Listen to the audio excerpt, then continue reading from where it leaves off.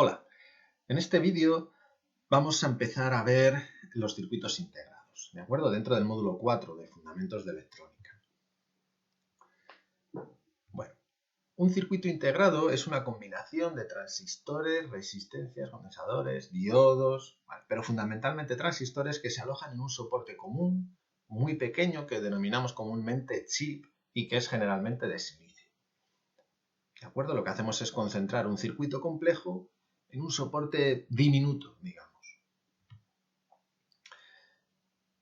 De esta manera conseguimos tener pues, cientos o miles o cientos de millones de transistores encapsulados en un chip de reducido tamaño.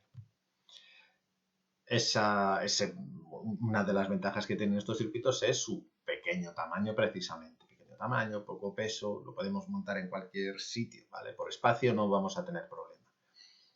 Y además tienen una gran capacidad de procesamiento, una velocidad de actuación muy alta.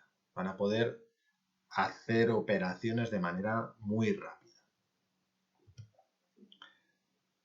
Bueno, en cuanto a su fabricación, todo comienza con la arena rica en sílice, muy abundante en la corteza terrestre. Esta arena se refina, purifica y tal, y se funde. Al fundirla también se le pueden añadir impurezas tipo P o tipo N, para tener un lingote, que es el resultado de este primer proceso, un lingote que tenga un sustrato tipo P o tipo N. Una vez solidificado, el lingote lo que se hace es cortar en obleas. Estos discos de aquí se denominan obleas y es sobre las que vamos a realizar el proceso fotolitográfico, que consiste en grabar, por así decirlo, el circuito electrónico sobre ese sustrato de silicio. Las obleas pueden ser más o menos de 1 milímetro, pueden ser un poco menores, pero bueno, realmente son muy finas. Estas obleas se les realiza un proceso de fotolitografía, que es el que vamos a estudiar a continuación, y el resultado final es tener nuestro chip encapsulado para poderlo utilizar en un circuito. Bueno, el proceso de fotolitografía, empezamos por ejemplo de un sustrato, nuestra oblea, que sea de material tipo N, ¿vale? Aquí hemos cogido un trocito pequeño de esa oblea que es de tipo N, ¿de acuerdo? Obtenido por ese proceso de aleación, en donde se funde el silicio y tal y cual. El siguiente paso, mediante la técnica de crecimiento epitaxial, vamos a producir una capa tipo P. Recordad que para hacer ese crecimiento epitaxial lo que se mete es la oblea en una atmósfera en donde es propicia para que se introduzcan las partículas tipo P que en esta atmósfera hay dentro del cristal. ¿Vale? Este podría ser un segundo paso, podría ser otros. Los procesos de fotolitografía, en función de exactamente qué queramos tener al final, pueden tener ciertas variaciones, pero nosotros vamos a ver un ejemplo. Ese cristal, con una parte tipo P y otra tipo N, lo que vamos a hacer es introducirla en un horno. A unos 1000 grados el silicio se oxida y me forma esta capa de óxido de silicio. Esa capa de óxido de silicio es aislante. El semiconductor P o el semiconductor tipo N, recordemos que son conductores. Sobre esta pieza que hemos obtenido del proceso anterior, se aplica una fotorresina. Normalmente se aplica de manera centrífuga, ¿vale? Es una capa muy fina de una fotorresina. Esta fotorresina es un material fotosensible. ¿Esto qué quiere decir? Que cuando la luz incida sobre ella, luz ultravioleta en concreto, va a polimerizar. Hay otro tipo que polimeriza solo la que no recibe luz. ¿De acuerdo? Nosotros vamos a ver el primer tipo a modo de ejemplo. ¿Vale? Vamos a ir viendo a ver qué pasa. Bueno, sobre la fotorresina se coloca una máscara. Una máscara es una pieza que tiene zonas opacas y zonas transparentes. Y se mete en una máquina que le va a aplicar luz ultravioleta. Vemos aquí, estos rayos son de luz ultravioleta. Los rayos de luz ultravioleta atravesarán las zonas transparentes incidiendo sobre la fotorresina y no serán capaces de atravesar las zonas opacas. ¿De acuerdo? Bueno, la luz esta, como veis aquí, es una luz que es ultravioleta, muy importante el dato de ultravioleta, y es colimada. Colimada es que se ha hecho un proceso para que incida perfectamente perpendicular sobre la superficie, no tener rayos que se me vayan, ¿vale?, por aquí oblicuamente y me afecten a la fotorresina que queda bajo la parte opaca de la máscara. Así que esta luz ultravioleta lo que hace es polimeriza la fotorresina, la pone dura, digamos, la cura. Se quita la máscara y se aplica un revelador, un compuesto químico que es un revelador. Ese revelador lo que va a ser capaz es de disolver la fotorresina que no ha polimerizado, la que quedaba aquí, debajo de las zonas opacas, esta fotorresina la va a disolver. Pero esta otra, sobre la que ha incidido la luz, ha curado, está dura, digamos. De tal manera que el revelador no va a ser capaz de arrastrarla. Y me deja aquí unas zonas libres, ¿vale? Este es el objetivo de este proceso de fotorresina, la máscara y tal. Dejarme aquí estas zonas libres. En el siguiente paso, lo que vamos a hacer es bañar la oblea en una solución de ácido fluorhídrico o un compuesto similar. Este compuesto lo que va a hacer es eliminar el dióxido de silicio que ha quedado expuesto. El dióxido de silicio que me había quedado aquí, este ácido lo arrastra, lo disuelve y me deja este material P al aire. Si ahora nosotros introducimos esta pieza en un horno rico en partículas tipo N, estas van a poder entrar por difusión por aquí y me van a generar aquí una región tipo N y aquí otra región tipo N, dejándome esas regiones P debajo de estas zonas. ¿De acuerdo? Que era donde había incidido la luz, ¿no?, en la fotorresina que había curado. Esta zona sigue siendo P. Esta zona de aquí debajo es esta de aquí y esta zona de aquí debajo es esta de aquí. Y bueno, y la del medio, la del medio. Pero hemos conseguido generar aquí dos regiones tipo N. Volvemos otra vez al principio, digamos. Oxidación a alta temperatura, fotorresina, la máscara, en este caso una máscara con otras zonas opacas y transparentes, el revelado, aplicación del ácido y me deja expuestas, en este caso, estas tres zonas. Y ahí es donde vamos a añadir el aluminio para conectarlo. Y, por ejemplo, pues tendríamos un transistor.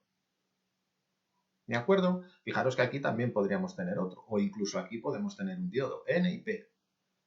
¿De acuerdo? Entonces, de esta manera se van haciendo y desarrollando circuitos. Fijaros en este ejemplo, que no es ningún circuito en particular, pero aquí debajo en esta figura pues podemos ver, a base de esta forma de fabricar mediante fotolitografía, hemos creado un circuito complejo en donde tenemos, pues si nos fijamos aquí tenemos un transistor, aquí un diodo, aquí un condensador, porque tenemos aislante entre dos conductores, otro transistor, y bueno, al final lo que vamos a tener es circuitos muy complejos, pero montados sobre un soporte sólido, macizo, en donde van a estar integrados muchos componentes en poco espacio. ¿De acuerdo? Vamos a poder poner miles o millones de transistores interconectados entre sí, formando ese único chip o pastilla.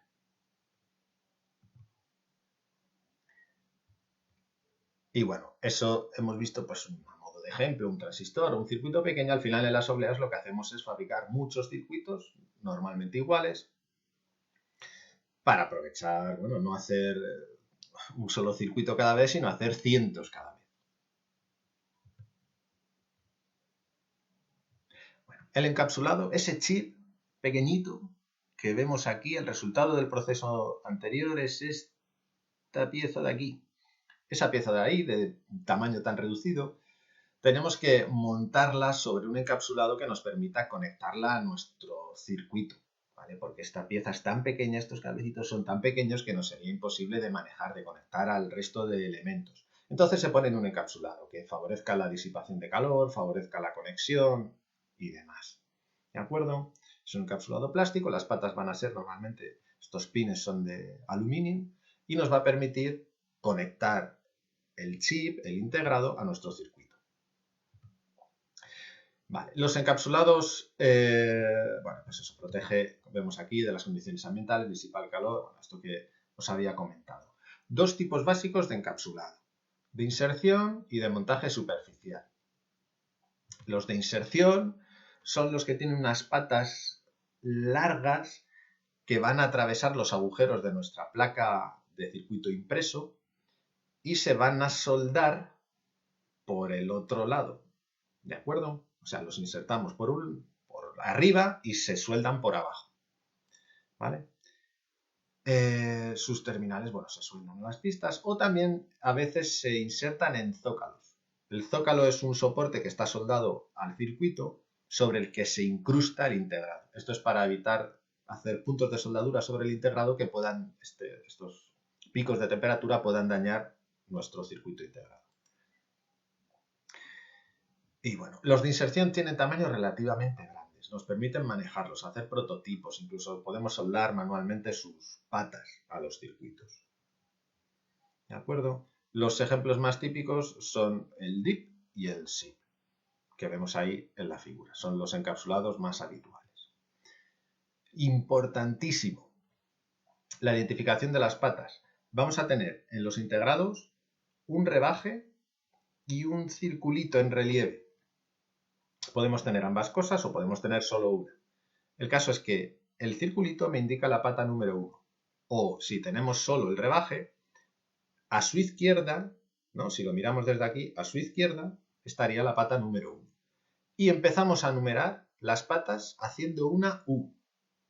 En este caso sería como una C invertida por cómo está colocado el integrado, pero numeraríamos así, o sea, 1, 2, 3, 4, 5, 6, 7, 8, 9, 10, tal. No haríamos 4, 5, 6, 7, 8, 9, 10, sino hacemos así como una U o una C invertida como está en esta diapositiva.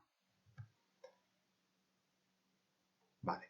Estos componentes también se les llama THC, ¿vale? Por Through-Hole Component. De ese término en inglés, porque van montados a través de agujeros. Y el otro tipo de encapsulado es el de montaje superficial. Estos integrados se montan por el mismo lado. Fijaros que las patas en este lado las tienen como aplanadas. Eso es porque aquí va soldado. Y va soldado por el mismo lado por el que está montado el integrado. Tienen una mayor escala de integración. ¿Esto qué quiere decir? O sea, son más pequeños para el circuito que tienen dentro, ¿no? O sea, pueden tener, si los de inserción pueden tener miles de transistores, estos tienen millones de transistores, para que nos hagamos una idea. Y bueno, vemos aquí cómo está montado, ¿vale? Vemos el transistor, vemos las patas y vemos las pistas en donde está directamente montado. Debido a su reducido tamaño, estas patas están muy cerca una de otra. No vamos a poder soldarlos a mano, lo va a tener que hacer una máquina, un robot. Y bueno, hay distintos tipos, ¿vale? SOP, TSOP, etc. Para nosotros, con saber identificar esos que son de montaje superficial es suficiente.